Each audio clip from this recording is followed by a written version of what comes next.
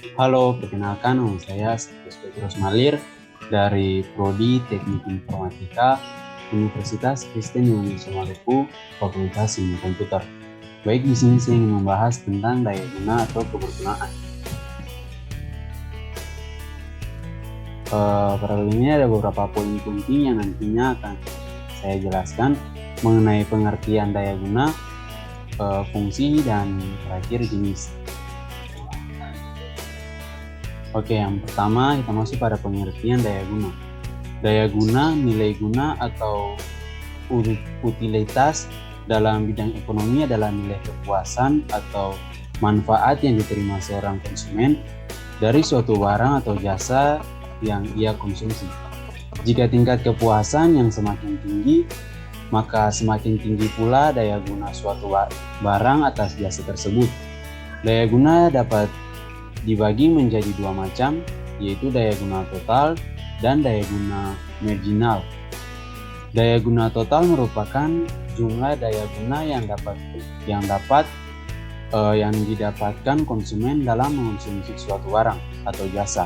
Sedangkan daya guna marginal merupakan daya guna tambahan yang didapatkan konsumen akibat penambahan konsumsi suatu barang atau jasa.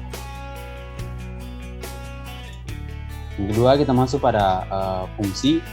Dalam analisis ekonomi, daya guna sering digunakan untuk menggambarkan urutan preferensi sekelompok barang. Contohnya, seorang konsumen bernama Bambang merasa lebih puas membeli 3 buku jika dibandingkan dengan membeli 1 baju. Hal ini berarti buku-buku tersebut memberikan daya guna yang lebih besar dibandingkan dengan baju tadi. Fungsi daya guna dapat ditunjukkan dengan sekumpulan kurva indiferensi yang masing-masing mempunyai indikator numerik. Yang terakhir berikut kita masuk pada jenis. Pada bagian pertama ada daya guna waktu. Daya guna waktu adalah ketika suatu barang atau jasa disediakan dalam waktu yang paling tepat atau waktu paling diinginkan konsumen. Perusahaan dapat memaksimalkan daya guna waktu suatu barang atau jasa dengan menyesuaikan kinerja proses produksi, logistik, dan pengantaran. Sebagai contoh, menyewakan payung ketika hujan tiba. Yang kedua, daya guna tempat.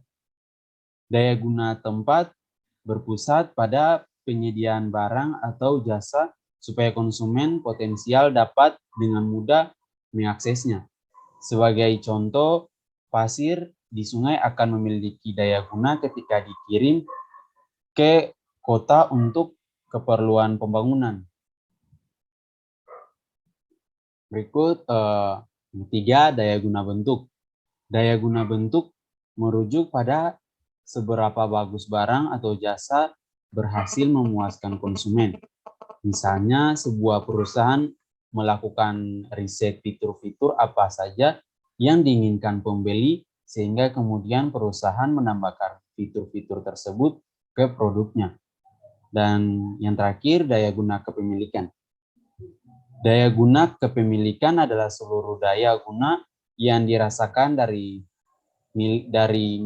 memiliki suatu barang atau jasa, bahkan di luar kegunaan utama barang tersebut diproduksi. Sebagai contoh, seseorang membeli ember untuk mengambil air, tetapi di saat yang lain, ember juga digunakan sebagai wadah mainan anak.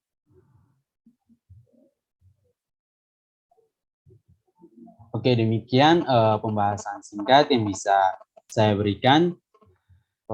Saya bila ada kesalahan dalam pengetikan atau pembahasan, saya mohon maaf. Akhir kata, saya mengucapkan terima kasih buat kita semua.